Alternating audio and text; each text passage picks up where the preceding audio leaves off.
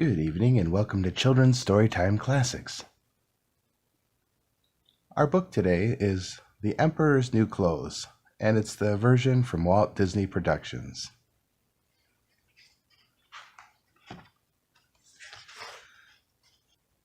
This book was originally published back in 1975. Once there was an emperor who loved to dress up in fine clothes. He cared more about clothes than anything else in the world.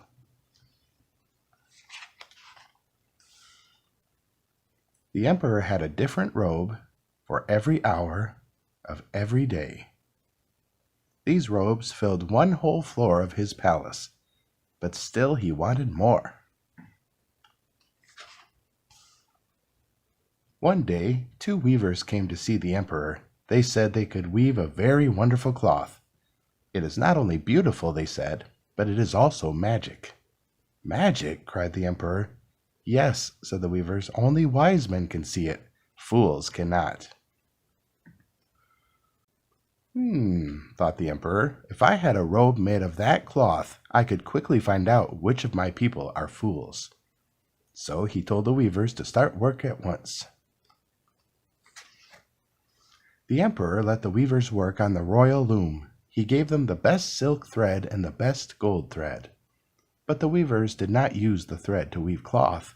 Instead, they put it into their bags, and the loom stayed empty. They sat and did nothing, for they were not weavers at all. They were planning to trick the emperor.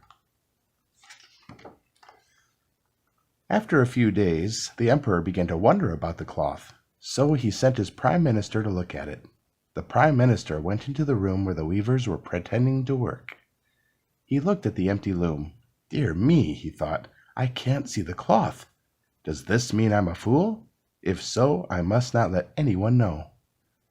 The weavers said to the prime minister, See how beautiful this cloth is. Oh yes, said the prime minister, such fine work and so many colors. But the prime minister really did not see a thing, for there was nothing on the loom to see. The prime minister went back to the emperor. The cloth is beautiful, he said. It is the finest cloth I have ever seen. The emperor was pleased. After a few more days, the emperor sent his general to see the cloth. The general went into the room where the weavers were pretending to work. He looked at the empty loom. Dear me, he thought, I can't see the cloth. Does this mean I'm a fool? If so, I must not let anyone know. He went back to the emperor and said, The cloth is beautiful. It is the finest cloth I have ever seen. The emperor was pleased. I'll have to see that wonderful cloth for myself, he said. The emperor went to the room where the weavers were pretending to work. He took his prime minister and his general with him. Isn't the cloth beautiful? Said the prime minister. Look at all those colors, said the general, but they were just pretending to see the cloth. The emperor looked and looked at the loom. I can't see the cloth, he thought. Does this mean I'm a fool? If so, I must not let anyone know. So he said, The cloth is more beautiful than I have ever seen. You must make me some clothes at once. I will wear them in the next parade. Very good, your royal highness, said one of the weavers. Let us measure you.